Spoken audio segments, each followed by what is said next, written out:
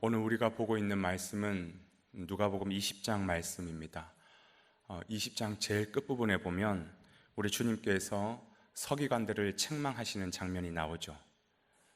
서기관들은 어떤 사람들이냐 하면 하나님의 말씀, 율법의 말씀을 기록하는 사람들이에요.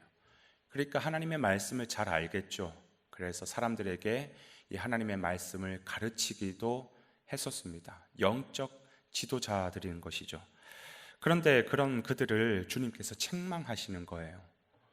이 화 있을진저 서기관들과 바리새인들아 하면서 여러 차례 주님께서 책망하시는 장면이 나옵니다. 여러분, 우리가 이 땅을 살면서 손해보는 일들을 많이 겪죠. 우리 인생에서 가장 큰 손해 중에 손해가 무엇일까라고 한다면 그건 바로 천국을 잃어버리는 것이에요.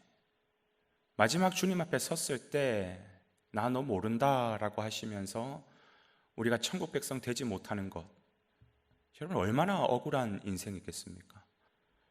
오늘 주님께서 책망하시는 서기관들이 바로 그런 사람들이라는 것이, 너무나도 멋진 신앙을 보여주고 많은 사람들로부터 존경을 받았는데 왜 유독 예수님은 그들을 인정하지 않으시고 무엇이 문제였길래 그들을 책망하고 계실까? 오늘 본문에 보니까 예수님은 그들의 문제를 딱 한 단어로 지적하고 계십니다. 그건 바로 외식이에요. 외식. 여러분, 외식이라는 말이 뭡니까? 겉과 속이 다르다라는 것입니다. 그들은 겉으로 보기에는 굉장히 의로웠습니다. 믿음이 좋아 보였습니다. 굉장히 불쌍히 여기는 마음들이 있었던 것 같아요. 그러나 마음의 중심을 꿰뚫어 보시는 주님의 관점에서는 그들은 아주 못된 사람들이었습니다. 왜? 외식하는 자, 말과 행동이 전혀 달랐기 때문에 그래요. 사람들은 몰랐겠죠. 사람들 보기에는 말씀을 잘 가르치니까 말씀대로 사는 줄 알았어요. 그리고 그들이 굉장히 거룩한 척 옷을 길게 빼입고 시장에 가서는 막 두 손 들고 막 거룩하게 기도하고 길게 기도하고, 그러니까 야, 확실히 저 사람들은 우리하고 달라. 저 사람들은 뭔가 좀 더 거룩해, 대단한 삶을 살 것 같아 라고 그냥 눈에 보여지는 대로 생각했을 거예요. 그러나 예수님의 눈에는 마치 뭐와 같냐면 회칠한 무덤과 같은 것이. 여러분, 회칠한 무덤이 뭡니까? 속에는 썩은 송장들이 막 악취를 풍기면서 진동을 하고 있는데 겉으로는 이쁘게 회를 칠해가지고 이쁘게 포장한 무덤. 겉으로는 그렇게 보일지는 몰라도 속에는 다 썩어 있는 송장과 같은 이 회칠한 무덤과 같은 사람들아. 그러면서 주님께서 질책을 하시죠. 정작 그들은 하나님께서 정말 중요하게 여기셨던 율법의 참된 정신, 본질과 핵심은 다 놓쳐버렸어요. 마태복음 23장 23절에 보면 너희들이 11조는 참 잘 드리는구나, 안식일은 거룩히 잘 지키는구나, 그러나 정말 중요한 것, 하나님을 향한 정의와 그리고 사람들을 향한 긍휼과 그리고 믿음은 완전히 저버렸도다. 주님께서 그렇게 말씀하셨어요. 여러분, 정의라는 게 뭡니까?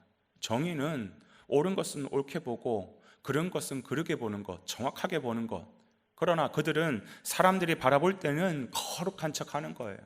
사람들이 보지 않을 때는요, 힘없는 사람들을 착취하고 깔아뭉개고, 오늘 본문에 보니까 과부의 가산을 삼키고, 힘 있는 사람들에게는 어떻게 합니까? 굽신굽신 거리고 나쁜 일을 봐도 그냥 못 본 척 눈 감아주고. 무엇을 버렸다는 거예요? 정의를 버렸다는 것입니다. 또한 그들은 긍휼을 버렸습니다.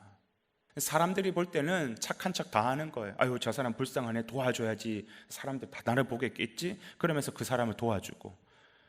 그러나 안식일이 됐을 때 병들고 죽어가는 사람들이 있을 때는요, 거들떠 보지도 않는 거예요. 왜? 핑계 대기 좋죠. 안식일 날 일하면 안 된다라고. 무엇을 버린 거예요? 긍휼을 버린 거예요. 또한 그들은 하나님만 전적으로 의지해야 될 연약한 한 인간임에도 불구하고, 그러나 그들은 자기를 자랑합니다. 자기를 의지합니다. 그러니까 무엇을 버린 거예요? 하나님을 향한 믿음도 버린 거예요.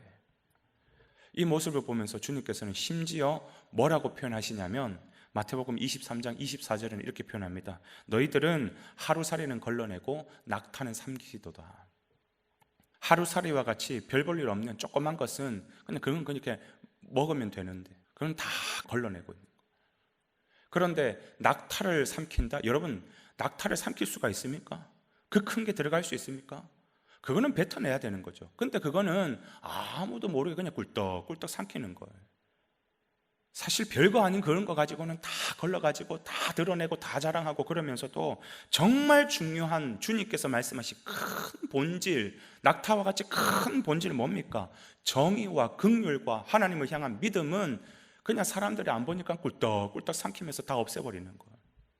그렇기 때문에 오늘 주님께서 말씀하시는 이 서기관들을 책망하시면서 우리에게 주시는 말씀이 뭡니까? 우리에게는 무엇을 촉구하고 계십니까? 다름 아닌 순종의 삶을 살아라는 것이에요. 너가 정말 그걸 믿는다고 한다면 그 믿음과 일치된 행동, 일치된 삶, 순종의 삶이 동반되어야 될 것을 우리에게 말씀하고 있는 것이지요. 간혹 이런 말씀을 드릴 때 성도님들 가운데 간혹 오해하시는 분들이 있어요. 혼동하시는 분들이 있습니다. 목사님, 성경에서는 믿음이 중요하다 그랬지 우리가 그렇게 삶을 다 살 수가 없잖아요. 우리가 연약하잖아요. 육신이 연약하기 때문에 100% 우리는 순종을 이루면서 살 수 없는데 왜 예수님은 이 부분에서 순종을 강조하셨을까요? 그러면서 이 믿음을 약간 오해하시는 분들이 계시는데 약간 오해가 아니라 이건 큰 오해입니다. 이건 우리가 진짜 믿음을 제대로 몰라서 그런 거예요. 여러분, 주님께서는 우리에게 이 귀한 복음, 생명과 같은 구원의 복음을 주실 때 주님은 십자가에 지시면서 물과 피를 다 쏟아내시면서 우리를 위해서 모든 것을 주셨습니다. 그런데 우리는 그 믿음을 뭐라고 평가하냐면 그 믿으면 되지 하면 다 구원받을 거라고 생각하는데, 그러면서 우리는 그 예수님의 피값으로 사신 그 구원의 복음을 아주 값싼 복음, 싸구려 복음으로 만들어 놓고 있어요. 무엇을 통해서요? 믿음만 가지면 구원받는다라고 하는 그러한 잘못된 사고방식 때문에 그 주님께서 주신 이 믿음, 이 구원의 진리를 완전히 값싼 복음으로 만들어 놓고 있다는 거예요. 순종? 그건 우리 못 지키니까 어떻게 다 지킵니까? 하면서 순종하지는 않고 그렇게 살려고 노력하지는 않고 그냥 나는 믿어요, 나는 교회 다니는 사람이에요, 이걸로 그냥 구원받으려고 하는 값싼 복음. 여러분, 믿음과 순종은 하나입니다. 믿음과 순종은 반드시 하나예요. 마치 뭐와 같냐면 나무의 열매와 같은 것이에요. 믿음이라고 하는 나무가 있으면 당연히 그 열매로서 나오는 것은 순종이라는 것입니다. 로마서 1장 5절은 이렇게 얘기합니다. 믿어서, 그 다음 무슨 단어가 나올까요? 믿어서 천국 갔다고요? 아니요. 믿어서 순종에 이르고, 믿어서 순종에 이른다라는 거예요. 믿는 사람들, 진짜 믿는 사람들은 순종하게 돼 있다라는 것이에요. 말과 행동이 따로가 아니라, 믿는 것과 삶이 따로가 아니라 하나로 같이 간다라는 것이에요. 그리고 이어서 나오는 로마서 6장 16절에는 뭐라 하냐면 그 순종의 종으로 어디에 이르냐면 의에 이른다라고 말씀하시는 거예요. 그러니까 믿으면 순종이 따라오게 되고 그 모습을 통하여서 주님께서는 의롭다 하시는 거예요. 왜? 순종이 믿음과 하나이기 때문에. 그 믿음이 주님께서는 진짜 의롭다 여기는 믿음이라는 것이에요. 사랑하는 여러분, 오늘 내 믿음은 삶이 동반되는 믿음인가? 내 믿음은 말과 행동이 일치하는 믿음인가? 그러지 않다면 주님께서도 말씀하실 겁니다. 교회 다니는데 교회 다니도 상관없어요. 나 직분자인데 직분자여도 상관없어요. 주님 똑같이 말씀해요. 이 회칠한 무덤과 같은 자들아, 화 있을진저 서기관과 바리새인 같은 자들아. 오늘 이 책망이 나의 책망이 되지 않도록 여러분 나의 믿음을 점검하시고 삶과 믿음이 함께 가시는 그런 정말 살아있는 믿음, 그런 저와 여러분 되시기를 주님의 이름으로 축원해 드립니다.